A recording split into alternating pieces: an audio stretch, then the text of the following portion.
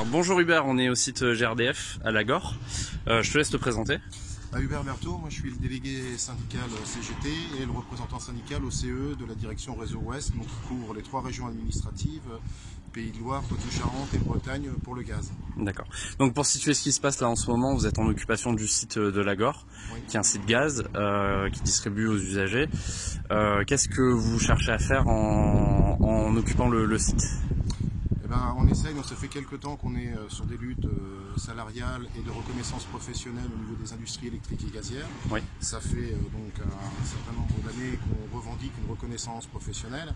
Ce qui a mis un peu le feu aux poudres, c'est une intervention des collègues en CCE de GRDF où ils ont retrouvé des documents en direction qui annonçaient la sortie progressive du statut dès 2020. Que les agents, il fallait leur promettre des carottes pour les motiver. Ceux qui ne suivraient pas seraient amenés à pouvoir être sortis de l'entreprise par rapport aux lois Macron.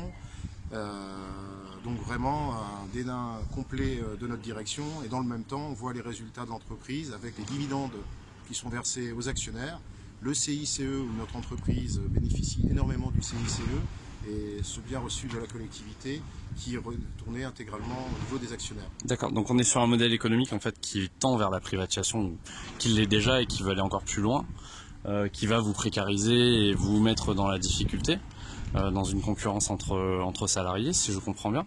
Oui. Ouais.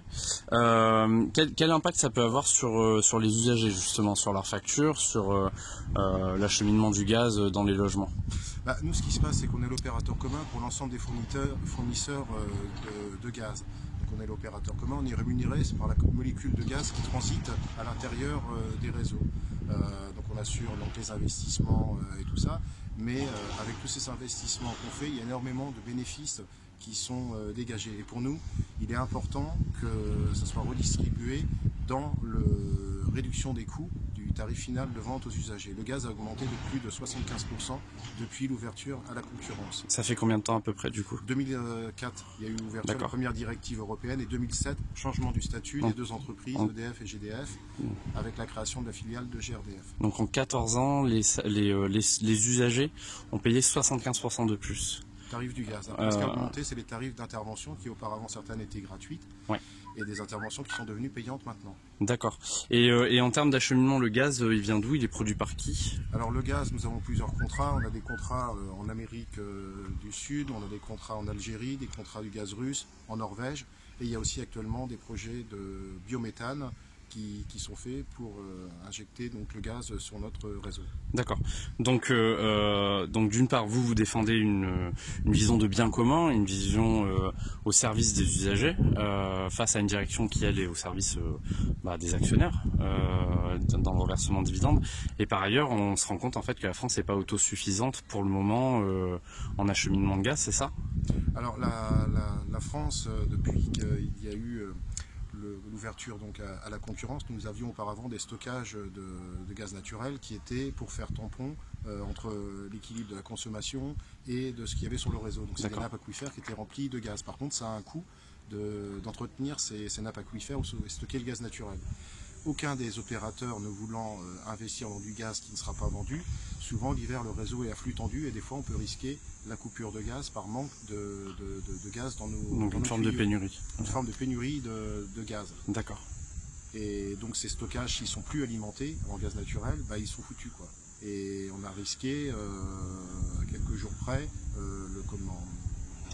l'extinction du réseau par faute d'approvisionnement ou le délestage de certains gros clients pour permettre de maintenir. Par exemple, en fonction, il y a des marchés du gaz, il arrive par moment, suite à l'incident de Fukushima, où des terminaux, du moins des méthaniers, au lieu de venir dépoter en France, c'est-à-dire mettre du gaz, soient détournés pour alimenter le Japon, parce que le prix du gaz est beaucoup plus intéressant et alimenté là-bas. Donc la logique de marché peut se fait au détriment des usagers et bon du coup par effet de ricochet sur les salariés de l'entreprise. Ce qui se passe, c'est qu'il y a une modération salariale, c'est-à-dire que là on vient de suivre une énième réforme où à l'époque on avait un service qui s'appelait l'unité client-fournisseur, qui étaient les agents pays, qui faisaient les petites interventions aussi bien pour le gaz que pour l'élec. Il y avait le déplacement d'une seule personne. Les 2 unités ont séparé, gaz et électricité d'un côté, ce qui fait que pour le même client qui serait abonné au gaz et à l'électricité, 2 personnes viendront faire l'intervention. Oui, donc c'est une absurdité totale. C'est une absurdité totale en termes de coûts et tout ça. D'accord. Et donc ils ont intégré donc aussi bien, certains ont fait le choix du gaz, d'autres de l'électricité, de nouveaux entrants, sauf qu'actuellement ils ne sont pas formés pour pouvoir intervenir. Au niveau de nos métiers, il y a eu un transfert énorme d'activités, c'est-à-dire qu'on est rémunéré par rapport aux activités clientèle et les actes qu'on pratique. Et des fois, il serait plus important de devoir couper un client pour non-paiement que des fois faire un entretien sur le réseau. D'accord. Puisqu'on est noté sur ces critères qu'ils appellent ACH 160. Vous avez une forme de T2A appliquée, une tarification à l'acte en fait. À l'acte qui est fait et avec des contrats avec les fournisseurs, un délai de réalisation de ces interventions. Après, ce qu'on revendique de plus en plus, c'est une reconnaissance professionnelle. C'est-à-dire, on ne travaille pas sur quelque chose d'anodin, c'est du gaz, avec des risques sur les interventions des fois, lorsque c'est des interventions d'urgence, ou lorsqu'on fait des travaux, où on soude sur le réseau, où on intervient, on fait des obturations et tout ça. Et les collègues aimeraient être reconnus pour la compétence qu'ils exercent. Et dans notre entreprise, c'est plus le paraître qui est reconnu, c'est-à-dire l'adhésion au projet d'entreprise, un agent qui serait exprimé, mais aussi on est des citoyens avant tout, sur une vision du service public pour être perçu comme négatif par sa hiérarchie, de ne pas adhérer au projet d'entreprise et donc d'être un peu condamné à une éventuelle évolution professionnelle. D'accord. Après, c'est la reconnaissance. Et pour nous, notre entreprise serait en difficulté, on comprendrait, mais notre entreprise est excédentaire, fait énormément remonter de cash à la maison mère pour alimenter donc, les actionnaires. Donc, nous, ce qu'on demande, c'est une autre répartition des richesses. Pas seulement sur les salariés qui les créent, parce que s'il n'y a pas de salariés, il n'y a pas de richesse générée, mais aussi le bien commun. C'est-à-dire qu'on a un service public qui, ça fait partie de notre revendication, EDF, GDF 100% public, qui serait excédentaire pour permettre de répondre à d'autres services publics qui, eux, pourraient être déficitaires. Pour moi, il n'y a pas de notion d'être bénéficiaire. Après, c'est d'être mieux organisé pour répondre aux besoins des usagers et faire en sorte que le service public soit rendu et garanti le même pour tous. Auparavant, on faisait des interventions 24 heures sur 24. Maintenant, notre direction a fait modifier, et ce qui fait qu'à partir de 21 h le soir, nous ne réalisons plus d'intervention pour manque de gaz.